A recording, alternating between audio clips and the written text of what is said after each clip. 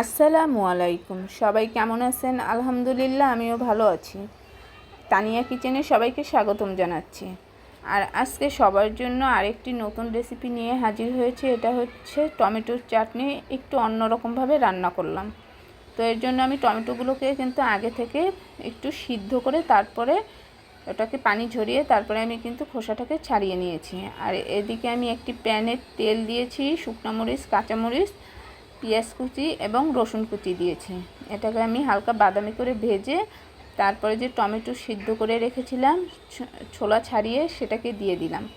দিয়ে আমি এটাতে স্বাদ মতো লবণ, সামান্য একটু হলুদের গুঁড়ো দিয়ে আমি নাড়াচাড়া করে কিছু সময়ের জন্য ঢেকে রেখেছি। আর এটা যেহেতু আমার সিদ্ধ করা আছে, হতে কিন্তু বেশি একটা সময় লাগবে না, খুব তাড়াতাড়ি কিন্তু এই টমেটো রান্নাটা হয়ে যাবে। তো এর জন্য কিন্তু আমি এখানে কোনো পানি ব্যবহার করিনি।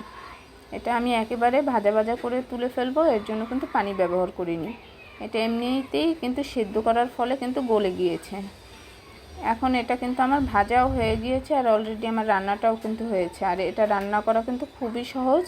তো যদি আমার রান্নাটা ভালো লেগে থাকে তাহলে একটু সবাই প্লিজ একটু লাইক কমেন্ট করে যাবেন।